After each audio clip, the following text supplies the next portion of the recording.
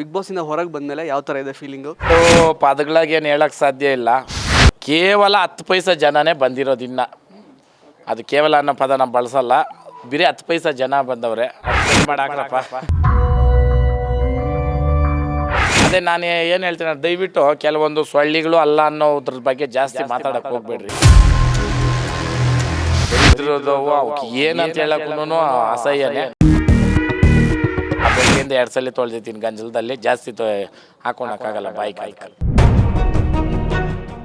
Sir ನಮಸ್ತೆ, ಹೇಗಿದ್ದೀರಾ? Almost 1 weak ಆದಮೇಲೆ ನೀವು ಸಿಗ್ತಾ ಇದ್ದೀರಾ ನಮಗೆ.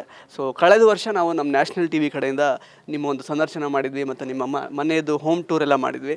ಸೊ ಬಿಗ್ ಬಾಸಿಂದ ಹೊರಗೆ ಬಂದಮೇಲೆ ಯಾವ ಥರ ಇದೆ ಫೀಲಿಂಗು? ಸೊ ಸಾಕಷ್ಟು ಜನರನ್ನು ಭೇಟಿ ಆಗಿರ್ತೀರಾ. ಸೊ ಹೆಂಗಿದೆ ಎಕ್ಸಾಕ್ಟ್ಲಿ? ಅದು ಪದಗಳಾಗಿ ಏನು ಹೇಳಕ್ಕೆ ಸಾಧ್ಯ ಇಲ್ಲ. ಹೂಗಳು ಸಲ್ಮಾನ್ಗಳು ಅಂತ ಮಾಡಿರೋದು 2 ಲಾರಿ ಅಂದರೆ ಕಮ್ಮಿ. ನೀವೇ ನೋಡ್ತಾ ಇರ್ಬೋದು. ಸೆಲ್ಫಿಗಳು ಅಂತ ಬಂದಿರೋರು ಪುಣ್ಯಾತ್ಮರು ಅವ್ರದ್ದೇ ಸಮಯ ಕೊಟ್ಟು, ಕೆಲವರು ಒಂದಿನ ಕಾದಿದ್ದು ಸಿಕ್ಕದಿರೋ ಹೋದಾಗಿ ಮತ್ತೆ ಇನ್ನೊಂದು ದಿನ ಬಂದಿರೋದು ಇನ್ನೂ ನೋಡ್ತಾ ಇರ್ಬೋದು. ಕೇವಲ 10 ಪೈಸೆ ಜನನೇ ಬಂದಿರೋದಿನ್ನ. ಅದು ಕೇವಲ ಅನ್ನೋ ಪದ ನಾವು ಬಳಸಲ್ಲ. ಬರೀ 10 ಪೈಸೆ ಜನ ಬಂದವ್ರೆ. ಅದನ್ನ ಕಟ್ ಮಾಡಿ ಹಾಕ್ರಪ್ಪ. ಅದು 10 ಪೈಸೆ ಜನನೇ ಬಂದಿರೋದು. ಯಾಕೆ ಹೇಳ್ತೀನಿ ಅಂದರೆ, ನಮ್ಮ ಇನ್ನೂ ಹೋಬ್ಳಿಗಳ್ಗೂ ಹೋಗಿಲ್ಲ, ಬೇರೆ ಊರುಗಳ್ಗೆ ಹೋಗಿರೋದು.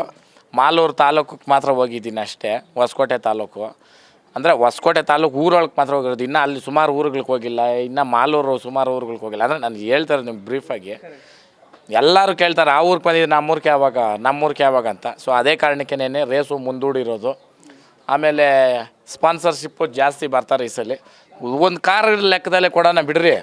ಒಂದು ರೈತಕ್ಕೆ ಪ್ರೋತ್ಸಾಹ ದೊಡ್ಡ ಮಾಡ್ದಾಗೆ ಮಾಡೋಣ. ಇವಾಗೆಲ್ಲ ಪ್ರೋತ್ಸಾಹ ದೊಡ್ಡ ಮಾಡ್ದಾಗಿದ್ದಾಗ ಆದ್ರೂ ದೊಡ್ಡ ಮಾಡ್ದಲ್ಲೇ ಮಾಡೋಣ. ಅದೇ ನಾನು ಏನು ಹೇಳ್ತೀನಿ, ದಯವಿಟ್ಟು ಕೆಲವೊಂದು ಸೊಳ್ಳಿಗಳು ಅಲ್ಲ ಅನ್ನೋದ್ರ ಬಗ್ಗೆ ಜಾಸ್ತಿ ಮಾತಾಡೋಕ್ಕೆ ಹೋಗ್ಬೇಡ್ರಿ. ಯಾಕಂದರೆ ನಮ್ಮ ಕಾರ್ಯಗಳಿಗೆ ಮಾತಾಡಬೇಕು ಅಂತ ದರಿದ್ರದವು ಅವಕ್ಕೆ ಏನಂತ ಹೇಳಕ್ಕೂ ಅಸಹ್ಯನೇ. ಅವುಗಳದ್ದು ಎತ್ತಬೇಡ್ರಿ. ಯಾಕಂದರೆ ಆ ಬೆಳಗ್ಗೆಯಿಂದ 2 ಸಲ ತೊಳ್ದಿದ್ದೀನಿ ಗಂಜಲದಲ್ಲಿ. ಜಾಸ್ತಿ ಹಾಕೊಳಕ್ಕಾಗಲ್ಲ ಬಾಯಿಗೆ. ಅದಕ್ಕೆ ಇನ್ನು ವರ್ತೂರು ಸಂತೋಷ್ ಅಂತ ಹೇಳಿದರೆ, ಈಗ ಜನಸಂಪರ್ಕದ ವಿಷಯ ಅಂತ ಬರ್ಬೋದು ಅಥವಾ ಜನಾನುರಾಗದ ವಿಷಯದ ಬರ್ಬೋದು.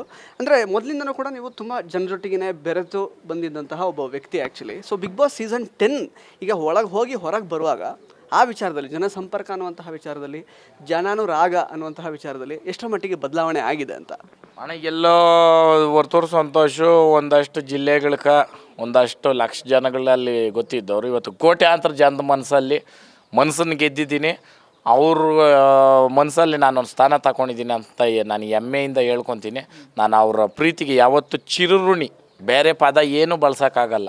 ಯಾಕಂದ್ರೆ ಆ ಕೊಟ್ಟಿರೋ ಪ್ರೀತಿ, ತೋರಿಸ್ತಾ ಇರೋ ಪ್ರೀತಿಗೆ ನಾನು ಅದಕ್ಕೇನೆ ಜನದ ಜೊತೆನೇ ಇರಬೇಕಂತ. ನೀವು ನೋಡಿರ್ಬೋದು ಎಲ್ಲ ಕಂಟೆಸ್ಟೆಂಟ್ಗಳು, ಕೆಲವರೆಲ್ಲನೂ ಕಂಟೆಸ್ಟೆಂಟೇ ಅಂತಲ್ಲ, ಇನ್ನು ಕೆಲವೊಂದು ಯಾರೇ ವ್ಯಕ್ತಿ ಒಂದು ಸ್ವಲ್ಪ ಹೆಸರು ಮಾಡಿದವಾಗ ಹೊರಗಡೆ ಬರೋಕೆ ಇದು ಮಾಡ್ತಾರೆ. ನಾನಿಲ್ಲ, ನಾನು ಅವತ್ತು ಹೆಂಗಿದ್ನೋ ಇವತ್ತು ಹಂಗೆ, ನಾನು ಸಾಯೋವರೆಗೂ ಹಿಂಗೇನೆ.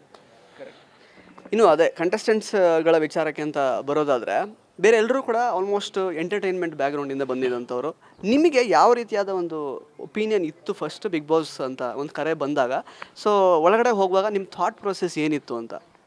ಏನು ಅಂತಂದರೆ, ಅದು ವ್ಯಕ್ತಿತ್ವದ ವಿಮರ್ಶನೆಯ ಒಂದು ರಿಯಾಲಿಟಿ ಶೋ ಅಂದವಾಗ ಅದು ಎಲ್ಲೋ ನಮ್ಮ ತನನ ನಾವು ತೋರಿಸ್ಕೊಳೋದಕ್ಕೆ ಅದೊಂದು ವೇದಿಕೆ. ಅದನ್ನು ನಾವು ನಮ್ಗೆ ಆಪರ್ಚುನಿಟಿ ಬಂದವಾಗ ಕೋಟ್ಯಾಂತರ ಜನ ನೋಡ್ತಾವ್ರೆ ಅಂತ ಅಂದವಾಗ ಅದು ನಮ್ಗೆ ಇಂಪಾರ್ಟೆಂಟ್ ಆಗೇ ಆಗುತ್ತೆ. ಅದನ್ನು ನಾವು ಬಳಸ್ಕೊಬೇಕು.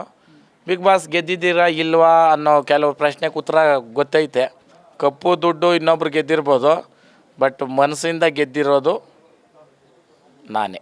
ಜಾಸ್ತಿ ಬಡ್ಡಿಗೆ ಅಡ ಇಟ್ಟಿರೋ ಚಿನ್ನನ ಬಿಡಿಸಿ ಕಡಿಮೆ ಬಡ್ಡಿಗೆ ಅಡ ಇಡ್ಬೇಕಾ? ನಿಮ್ಮ ಚಿನ್ನನ ನಿಮಗೆಲ್ಲಿಷ್ಟಾನೋ ಅಲ್ಲಿ ಮಾರ್ಬೇಕಾ? ಶ್ರೀ ಸ್ಟಾರ್ ಗೋಲ್ಡ್ ಕಂಪನಿ ನಿಮ್ಮ ಬದುಕಿಗೆ ಶ್ರೀರಕ್ಷೆ. ಅದು ಹೆಮ್ಮೆಯಿಂದ ಹೇಳ್ಕೊತೀನಿ. ಮತ್ತು ಕಾರ್ತಿಕ್ ಗೆದ್ದಿರೋದಕ್ಕೆ ನಮಗೇನು ಅಸಮಾಧಾನ ಇಲ್ಲ. ಇರಲಿ. ಅದೇ ಕಾರ್ತಿಕ್ ಬದಲು ಹಾಗಾದರೆ ಯಾರು ಗೆಲ್ಲಬೇಕಾಗಿತ್ತು ನಿಮ್ಮ ಪ್ರಕಾರ? ಕಾರ್ತಿಕ್ ಬದಲು ಅಂತಂದರೆ ನಾನೇ. ಇಲ್ಲ ತುಕಾಲಿ ಗೆದ್ದಿದ್ರು ನಮಗೇನು ಖುಷಿನೇ.